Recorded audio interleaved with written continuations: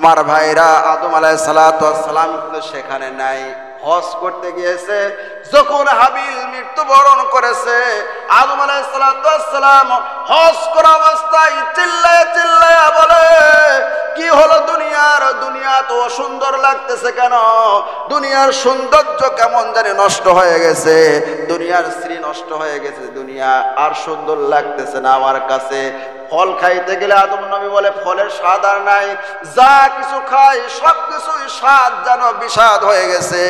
আমার ভাইরা, মানুষ যখন হত্যা হয় দুনিয়ায়, আল্লাহ পাক দুনিয়ার সৌন্দর্য এবং সব কিছু স্বাদকে আমার আল্লাহ উঠায় নাই।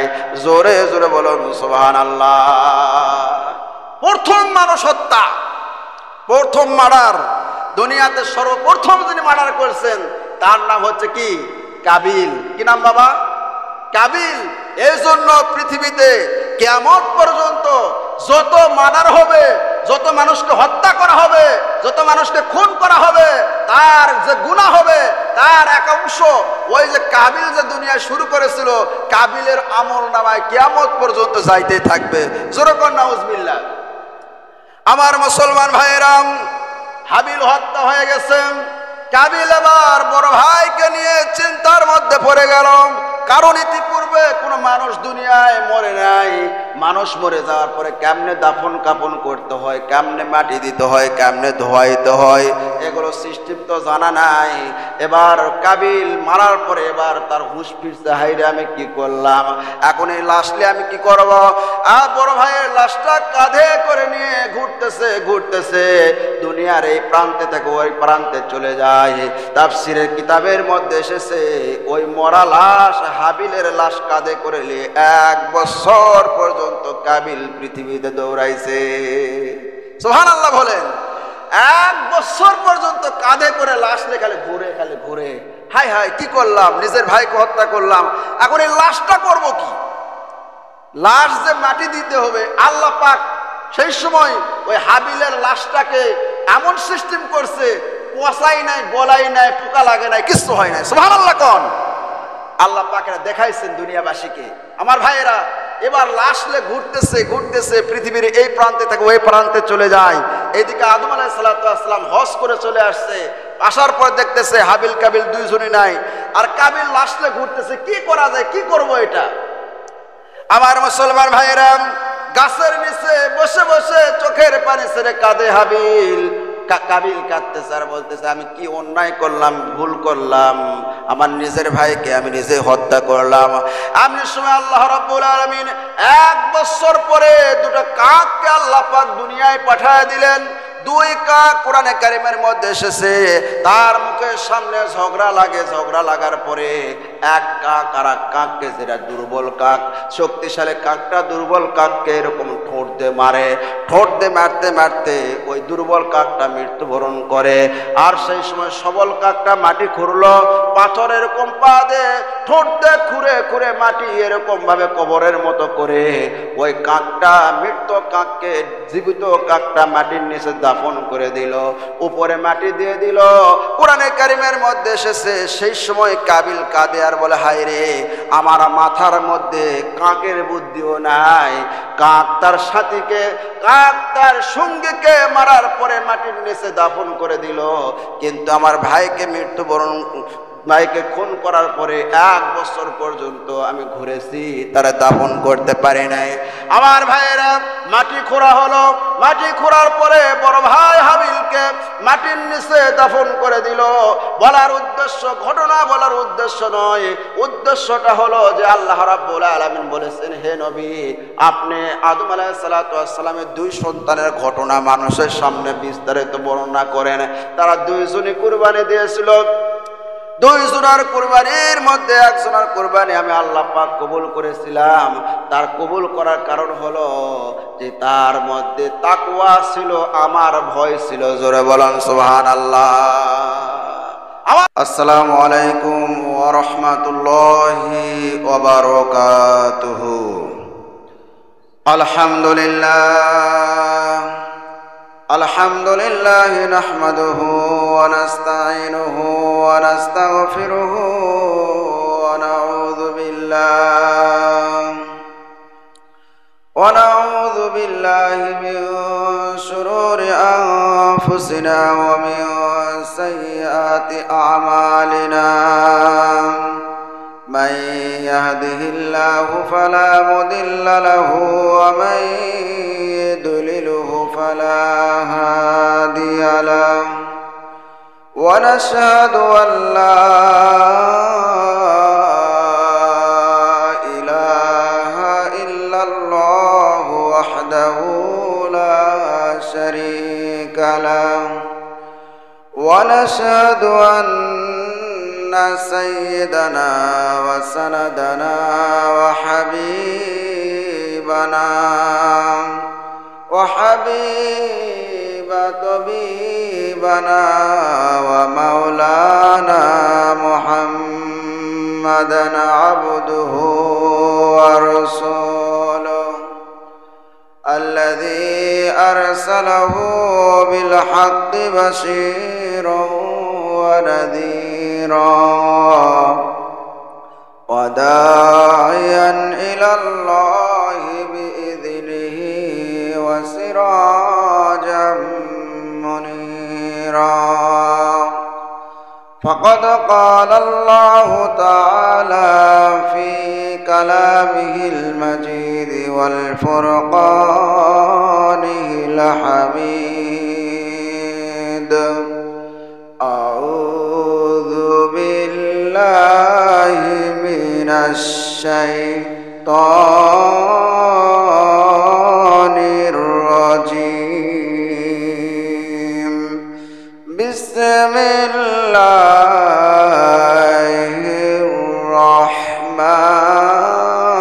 الرحمن الرحيم إن الله وملائكته يصلون على النبي يا أيها الذين آمنوا صلوا عليه وسلموا تسليما اللهم صل على سيدنا مولانا محمد وعلى آل سيدنا شافعنا محمد الحمد لله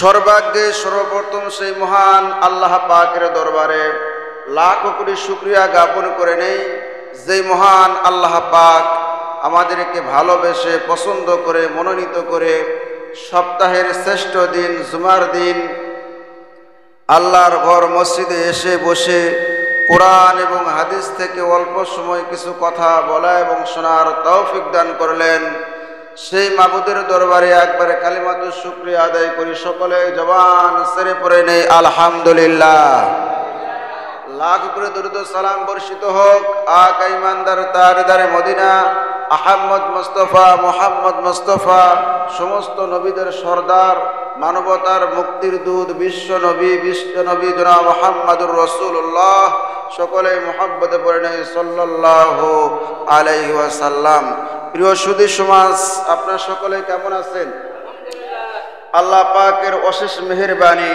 যে আমরা জুমার নামাজ পড়ার উদ্দেশ্যে মসজিদে এসেছি আমাদের সামনে একটি ঈদ আছে সেই ঈদটির নাম কি বাবা ঈদুল আজহা ঈদুল কি আজহা অর্থাৎ অনেকেই বলে বকরা ঈদ অনেকেই বলে কি কুরবানির ঈদ আসলে কুরবানি শব্দটি আল্লাহ রাব্বুল আলামিন পবিত্র কোরআন শরীফের মধ্যে কুরবানি শব্দটি ব্যবহার করেছেন কুরবানি এই শব্দটি হচ্ছে কেরবানুন থেকে কেরবানুন বলা হয় এমন বস্তুকে আল্লাহর নৈকট্য লাভের মাধ্যম বা ওসিলা হয় তাকে বলা হয় কেরবান আর পরিভাষায় বলা হয় শরীয়তের পরিভাষায় একমাত্র আল্লাহর সন্তুষ্টি ও নৈকট্য লাভের জন্য নির্দিষ্ট সময়ে নির্দিষ্ট ব্যক্তির নির্দিষ্ট জানোয়ার জবাহ করার নাম হচ্ছে কুরবানি। আমার ভাইরা, আল্লাহ রাব্বুল আলামিন পবিত্র কোরআনে কারিমের মধ্যে বলেছেন, এই কুরবানিটা শুধুমাত্র কেবলমাত্র তোমাদের উপরই আমি আল্লাহ ওয়াজিব করি নাই, ইতিপূর্বে সব জাতির উপরে আমি আল্লাহ পাক এই কুরবানিকে ওয়াজিব করেছিলাম। সুবহানাল্লাহ। কিছু কিছু আমল আছে যেগুলো আমল শুধুমাত্র উম্মতে মুহাম্মাদের উপরই ফরজ হয় নাই, ওয়াজিব হয় নাই, অন্য অন্য নবীদের উপরও ফরজ ওয়াজিব ছিল। হযরতে আদম আলাইহিস সালাতু ওয়াস সালাম থেকে শুরু করে জনাব মুহাম্মদুর রাসূলুল্লাহ সাল্লাল্লাহু আলাইহি সাল্লাম পর্যন্ত সব নবীরই উপরে কালেমা ছিল। জোরে কোন ঠিক কিনা? সব নবীরাই কালেমা পড়েছেন, সব নবীর উপরে নামাজ ছিল, রোজা ছিল, হজ ছিল, যাকাত ছিল, কিন্তু সিস্টেমটা একটু আলাদা ছিল। কিন্তু এগুলো সমস্ত নবীদের উপরই ফরজ ছিল। আমার ভাইয়েরা, তেমনিভাবে কুরবানিটাও আল্লাহ রাব্বুল আলামিন বলেন যে আমি তোমাদের জন্য নির্ধারণ করেছি প্রত্যেকটি জাতির জন্যই কুরবানি করা, কুরবানি করে তারা যেন আমার নৈকট্য লাভ করতে পারে। আল্লাহ রাব্বুল আলামিন পবিত্র কোরআনে কারীমের মধ্যে বলেছেন, ওয়ালিকুল্লি উম্মাতিন জাআলনা মানসাকাল লিয়াযকুরু ইসমাল্লাহি আলা মা রাযাকাহুম মিন বাহিমাতিল আনআম। আল্লাহ পাক বলেন, আর আমি নির্ধারণ করেছি প্রত্যেকটি জাতির জন্য কুরবানি, যেন তারা তাদের প্রত্যেক প্রদত্ত জন্তু, চতুষ্পদ জন্তু দ্বারা আল্লাহ তাআলার নাম স্মরণ করতে পারে।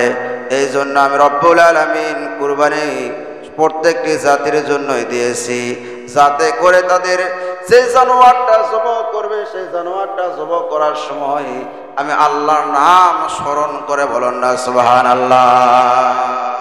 তাহলে এই আয়াত দ্বারা বোঝা গেল যে আল্লাহর নাম ছাড়া গায়রুল্লাহ অন্য যে কোনো জিনিসের নাম নিয়ে যদি জবাহ করা হয়, যে কোনো জিনিস, সেই জিনিসটা খাওয়া কি হবে না? জায়েজ হবে না, হারাম হয়ে যাবে। কি হয়ে যাবে?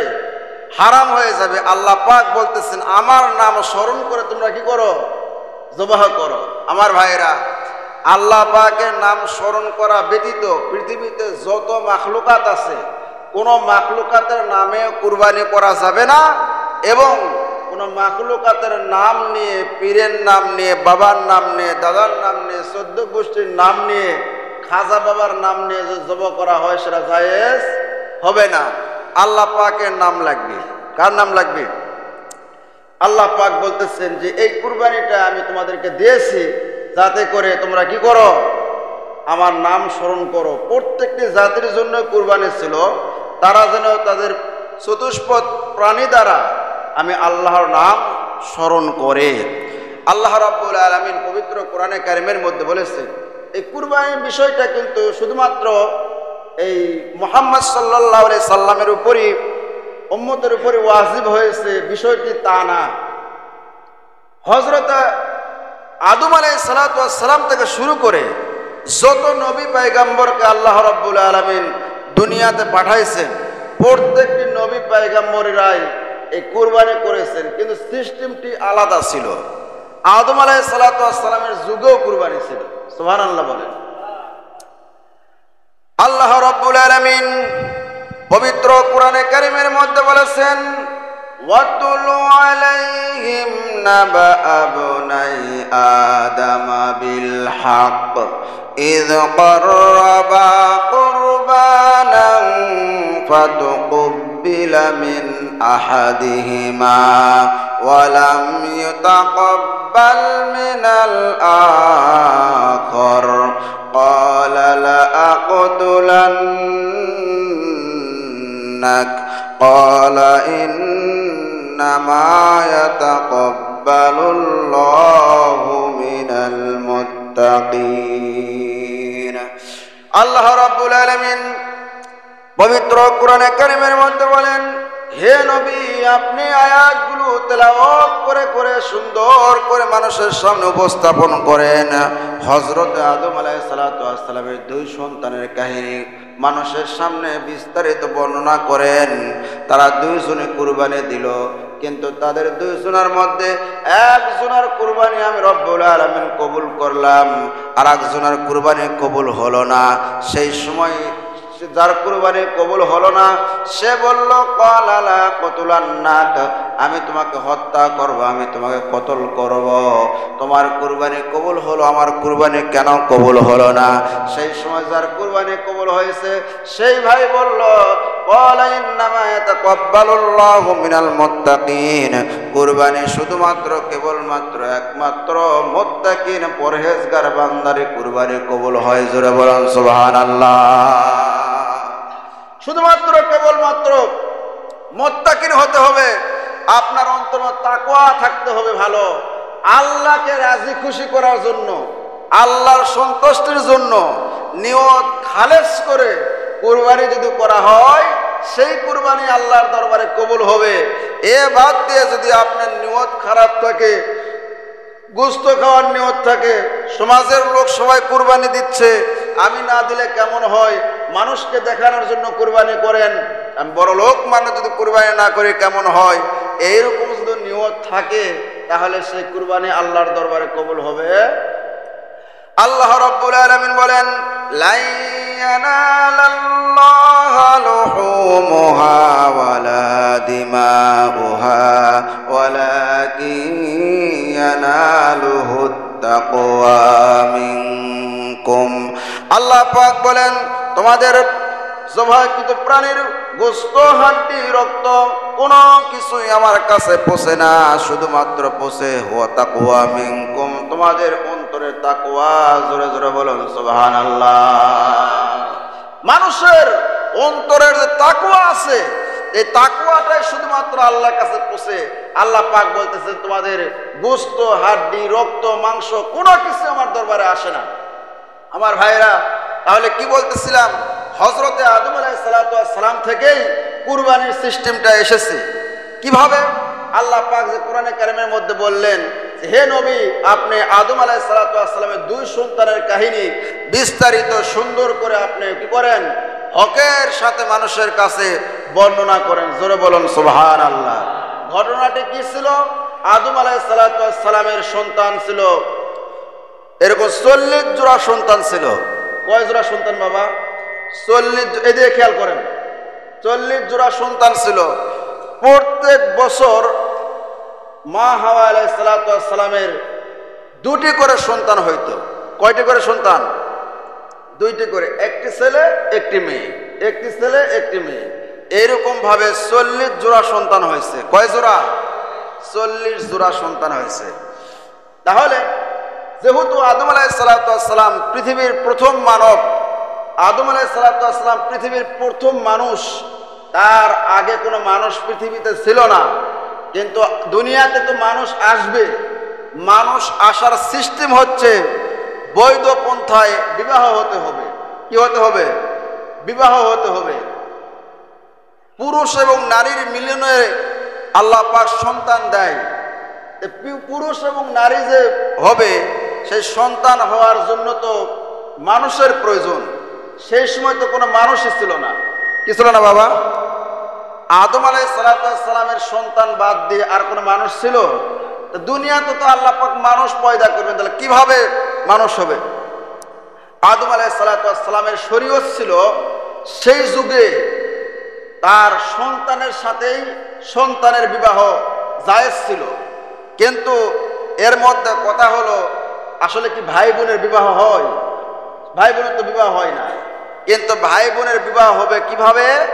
আদম আলাইহিস সালাতু ওয়াস সালামকে বলে দেওয়া হলো, সেই সময়কার শরীয়ত ছিল যে আগের বছরের ছেলে পরের বছরের মেয়ে, মানে প্রত্যেক বছর একটা ছেলে একটা মেয়ে হয়। আগের বছরের ছেলের সাথে পরের বছরের মেয়ের বিবাহ, তাহলে তারা কি হবে না? ভাই বোন হবে না, মানে একই পেটে থাকলো না, আলাদা আলাদা পেট হলো। বোঝেন নাই? এটা ছিল আদম আলাইহিস সালাতু ওয়াস সালামের যুগের শরীয়ত। আদম আলাইহিস সালাতু ওয়াস সালামের সন্তান জুরাই জুরাই সন্তান দুনিয়াতে আসেন। আল্লাহ পাক অর্ডার করলেন আগের বছরের সন্তানের সাথে পরের বছরের সন্তানের বিবাহ হবে। এরকম ভাবে জোড়ায় জোড়ায় সন্তানকে আল্লাহ পাক দুনিয়াতে পাঠায়া দিলেন। হাবিল এবং কাবিল দুই ভাই দুনিয়াতে এসেছে। হাবিলের সাথে যেই বোন এসেছে তার সাথে হিসাবে কাবিলের বিবাহ হবে, আর কাবিলের সাথে যেই বোন দুনিয়ায় এসেছে তার সাথে হাবিলের বিবাহ হবে। এটাই হচ্ছে আল্লাহ পাকের শরীয়ত। কিন্তু কথা হলো, হাবিলের সাথে যেই মেয়েটা দুনিয়ায় এসেছে তাকে দেখতে বেশি সুন্দর দেখা যায় না। কাবিলের ভাগে পড়েছে অসুন্দর মেয়েটা। কাবিল বলতেছে আমি তাকে বিবাহ করব না, আমি বিবাহ করতে চাই আমার সাথে যেই বোন দুনিয়ায় এসেছে তার নাম হচ্ছে আকলিমা, আমি আকলিমাকে বিবাহ করতে চাই। আদম আলাইহিস সালাতু ওয়াস সালাম বললেন, বেটারে এরকম কাজ করা যাবে না। আল্লাহ রাব্বুল আলামিন বলে দিয়েছেন আগের বছরের ছেলের সাথে পরের বছরের মেয়ে এবং কি হইতে হবে, আলাদা আলাদা হইতে হবে। তোমার সাথে যেই বোনের ভাগে পড়েছে তাকে বিবাহ করতে হবে। যেহেতু নিয়ম করে দিয়েছে আল্লাহ পাক, এই নিয়মের বাহিরে কোনো কাজ করা যাবে না। কাবিল ছিল দুষ্ট প্রকৃতির। কাবিল বলতেছে এটা আপনার শরীয়ত, আল্লাহ পাকে হুকুম করে নাই, আপনি এটা বানায়া বলতেছেন। আমার সাথে যেই বোন হয়েছে সে সুন্দরী, পরমা সুন্দরী, আমার সাথে তাকে বিবাহ দিবেন না, এই জন্য আপনি আমাকে এগুলো কথা বলতেছেন। আপনি হাবিলকে বেশি ভালোবাসেন, এই কারণে কত কথা আপনি আমাকে বলতেছেন। জোরে জোরে বলেন নাউজুবিল্লাহ। হযরত আদম আলাইহিস সালাতু ওয়াস সালাম বললেন, বেটারে আমি হলাম নবী, নবীরা মিথ্যা কথা বলে না, নবীরা বানায়া কোনো কথা বলে না। সুতরাং বলতেছি বেটা, তোমার সাথে যেই বোনের ভাগে পড়েছে তাকে তুমি বিবাহ করো। হাবিলের ভাগে পড়েছে আকলিমা, সে হাবিল আকলিমাকে বিবাহ করবে। কিন্তু কথা হলো সে কোনো কথাই শুনতে চায় না। আমার ভাইয়েরা কোনো কথাই মানতেছে না, বলে না আমি আকলিমাকে বিবাহ করতে চাই। সেই সময় আল্লাহ রাব্বুল আলামিনের নবী হযরত আদম আলাইহিস সালাতু ওয়াস সালাম বললেন, ঠিক আছে তাহলে তোমরা আল্লাহর বিধান মানো, দুই ভাই কুরবানি করো। সুবহানাল্লাহ কোন। সেই সময় হাবিল বলতেছে এটা আপনার বানানা শরীয়ত, আল্লাহ নিজেও পছন্দ করে আমি যেন আকলিমাক বিবাহ করি। বলে কিভাবে? বলে আপনি বুঝেন না যে আমার দুইজনকেই, আমার ভাই বোন দুইজন এক পেটের মধ্যে ছিলাম একসাথে। কি সাথে বাবা? একসাথে ছিলাম, পেটের মধ্যে আল্লাহ একসাথে থুইছে, অর্থাৎ আল্লাহ বুঝাচ্ছে যে তোরা এই দুনিয়াতে আসার পরে একসাথে থাকবি। নাউজুবিল্লাহ কোন। আদম নবী কই না বেটা এরকম সিস্টেম না, আল্লাহ পাক সিস্টেম করছে আগের বছরের ছেলের সাথে পরের বছরের মেয়ে। বোঝেন না কথা? ক্রস হবে, সিস্টেমটা আলাদা। যে দুই ভাই বোন একসাথে দুনিয়ায় আসছে তাদের বিবাহ করতে পারবে না। সেই সময় কাবিল বলতেছে ঠিক আছে আমরা দুই ভাই কুরবানি করব। সেই যুগের কুরবানি ছিল কুরবানির জীব জানোয়ার গুলো যখন পাহাড়ের উপর রেখে আসা হইতো, আকাশ থেকে একটা আলোর স্ফুলিঙ্গ এসে ওই কুরবানির জন্তুটা পুড়ে ছারখার হয়ে যাইতো। যার জন্তুটা আকাশ থেকে আগুন এসে পুড়ে যায় বুঝতে হবে তার কুরবানি আল্লাহ পাক কবুল করে নিয়েছেন। সুবহানাল্লাহ। যদি এইরকম সিস্টেম থাকতো তাহলে দেখা যাইতো কত বড় বড় হাজি গাজী গাউস কুতুব ইমাম খতিব কত বড় বড় নেতা খেতার কুরবানি পরে থাকতো। জোরে কোন ঠিক কিনা? কারণ সম্পদের মধ্যে মালের মধ্যে যে কি ভেজালের ভেজাল আছে রে ভাই, জোরে কোন ঠিক কিনা? নিয়তের মধ্যে ভেজাল, সম্পদের মধ্যে ভেজাল, টাকার মধ্যে ভেজাল, সব ভেজাল মার্কা দিয়ে কুরবানি করতেছে। এরকম সিস্টেম আল্লাহ পাক রাখে নাই। আল্লাহ কইছে গোপনই থাক। সুবহানাল্লাহ কোন। এই নবীর উম্মতের গুনাহকে আল্লাহ পাক গোপন রাখছে, যে গোপন থাক, জবা কর, নিয়ত খাঁটি কর, তোর কুরবানি আমি আল্লাহ কবুল করব, গোশত খাওয়া আমি আল্লাহ পাক তোর জন্য হালাল করে দিলাম। সুবহানাল্লাহ বলেন। আমার ভাইয়েরা হাবিল এবং কাবিল দুই ভাই কুরবানি নিয়ে চলে গেলেন পাহাড়ের কাছে। হাবিল সে রাখাল ছিল, গবাদি পশু পালন করত। সে তার এরকম গরু ছিল, ছাগল ছিল, দুম্বা ছিল, ভেড়া ছিল। তার মধ্যে একটা সুন্দর হুষ্ট একটা দুম্বা সে পাহাড়ের উপর রেখে চলে আসলো হাবিল। আর কাবিল সে কৃষি কাজ করত, সে কিছু শস্য নিয়ে পাহাড়ের উপর রেখে চলে আসলো। কিছুক্ষণ পরে আসমান থেকে একটা আলো আগুন এসে ওই যে বড় ভাই হাবিল তার কুরবানির জন্তুটা পুরে সারকার হয়ে যায়। সুবহানাল্লাহ কোন, আরো জোরে বলুন সুবহানাল্লাহ। আর যে কাবিলের কুরবানিটা সেখানেই পড়ে থাকে, কবুল হয় না। কাবিল সেই সময় রাগান্বিত হয়ে বলতেছে, আমি তোমাকে হত্যা করব, আমি তোমাকে কতল করব। সেই সময় বড় ভাই ডাক দিয়ে বলতেছে, ভাই রে, আমি তোমাকে হত্যাও করব না, কতলও করব না। আমার উপর যদি তুমি হাত বাড়াও আমি তোমাকে তার প্রতিশোধ নিব না। কিন্তু শুনে রাখো, জেনে রাখো, যে ব্যক্তি মাজলুম হয়, মাজলুমকে হত্যা করার পরে মাজলুমের যত গুনাহ আছে ওই জালিমের ঘাড়ের উপর সব গুনাহ যায়, এবং জালিমের যত সওয়াব আছে সব সওয়াব আল্লাহ রাব্বুল আলামিন মাজলুমের কাঁধের উপর দিয়ে দেয়। জোরে বলুন সুবহানাল্লাহ। এ ভাই, তুমি যদি আমাকে হত্যা করো, কতল করো, আমি তার প্রতিশোধ নেব না, আমি তোমার সাথে মারামারি করব না, যুদ্ধ করব না, কিছু করব না। কিন্তু কথা হলো, শুনে রাখো, জেনে রাখো, হত্যাকারীকে কিয়ামতের দিন জালিম হয়ে আল্লাহর দরবারে উঠতে হবে। জোরে জোরে বলুন সুবহানাল্লাহ। কাবিল বলতেছে, কোনো কথাই শুনতে চাই না।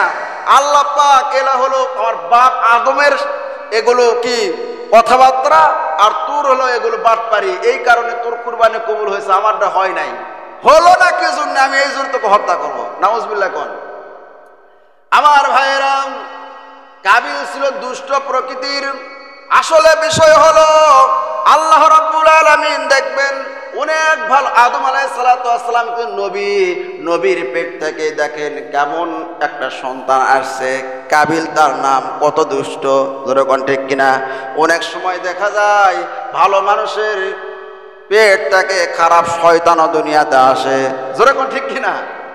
অনেক ভালো মানুষ, খুব আল্লাহওয়ালা, কিন্তু তার এমন একটা সন্তান হয়েছে কুজা, তার জন্য সমাজে মুখ দেখান যায় না, এরকম সন্তান আছে। আবার এরকম আছে যে বাবা মা একেবারে দুনিয়ার বদমাশ, কিন্তু তাদের পেট থেকে আল্লাহ পাক একটা ভালো সন্তান দিয়েছে। এরকম হয়, কিন্তু খুব কম হয়। ভালো মানুষের পেট থেকে ভালো সন্তানই হয়, এটাই হলো স্বাভাবিক। কিন্তু অস্বাভাবিক কিছু হয়। আদম আলাইহিস সালাতু ওয়াস সালাম এবং হাওয়া আলাইহিস সালাতু ওয়াস সালাম কত ভালো মানুষ, নবী, তারা, তাদের পেট থেকে কি সন্তান আসছে? কাবিল। আমার ভাইয়েরা, সংক্ষিপ্ত বলতেছি, সেই সময় ওই করার পরে কেমনে হত্যা করলো? দুই ভাই হাঁটতেছে, হাঁটতে হাঁটতে ক্লান্ত হয়ে যায়। বড় ভাই বলতেছে, আমি আর হাঁটতে পারতেছি না। ছোট ভাই বলতেছে, ভাই রে, আপনি হাঁটতে পারতেছেন না, আপনি আমার উরুর উপর মাথা দিয়ে একটু ঘুমাসেন। আমার ভাইয়েরা, এই কুরবানির কথা বলার পরে আদম আলাইহিস সালাতু ওয়াস সালাম কিন্তু সেখানে নাই। আদম আলাইহিস সালাতু ওয়াস সালাম হজ করার জন্য কাবা শরীফে চলে গিয়েছে। জোরে বলুন সুবহানাল্লাহ। তাহলে বোঝা গেল এই হজের বিষয়টাও আল্লাহ রাব্বুল আলামিন দুনিয়ার সৃষ্টি থেকেই সিস্টেম করে রাখছেন। সুবহানাল্লাহ বলেন। আমার ভাইয়েরা, এবার ছোট ভাইয়ের উরুর উপর মাথা দিয়ে বড় ভাই একটু বিশ্রাম নিচ্ছে। ছোট ভাই তো ওই যে বলছে আমি তোমাকে হত্যা করব, তার তো রাগ আছে যে আমার কুরবানি কবুল হয় নাই। আমার মনের মানুষ আকলিমা, পরমা সুন্দরী, আমি তাকে বিবাহ করতে চালাম, তোর জন্য আমার বিবাহ হলো না, আমি তোকে হত্যা করবই। সেই সময় যখন বড় ভাই ছোট ভাইয়ের উরুর উপর মাথা দিয়ে একটু চক্ষু বন্ধ করছে, বিশাল বড় একটা পাথর নিয়ে বড় ভাইয়ের মাথার উপর দিছে বাড়ি। বলেন তো, পাথর দিয়ে যদি বাড়ি মারা হয় আর কি বেঁচে থাকে? বিশাল বড় একটা পাথর হাতে নিয়ে হাবিলের মাথার উপর বাড়ি দিয়েছে। হাবিল দুনিয়ায় থেকে বিদায় নিয়ে চলে গেল। আমার ভাইরা, আদম আলাইহিস সালাতু ওয়াস সালাম কিন্তু সেখানে নাই, হজ করতে গিয়েছে।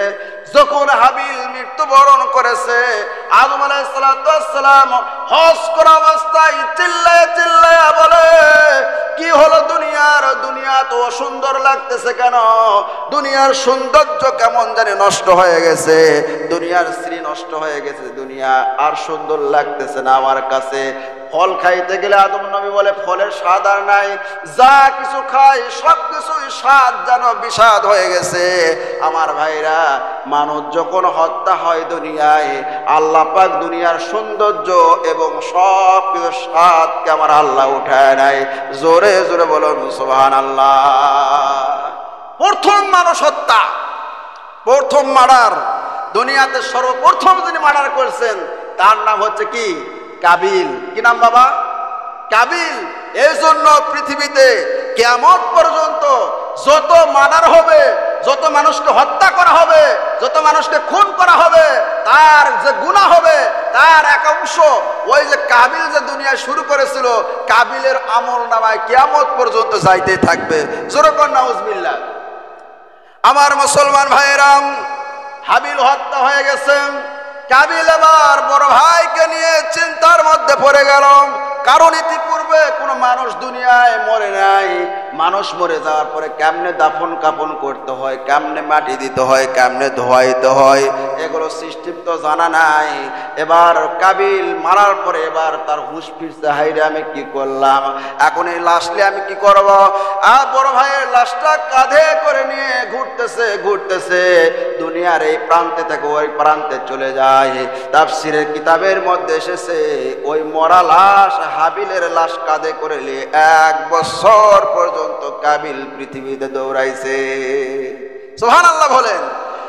1 বছর পর্যন্ত কাঁধে করে লাশ নিয়ে খালি ঘুরে। হাই হাই কি করলাম, নিজের ভাইকে হত্যা করলাম, এখন এই লাশটা করব কি?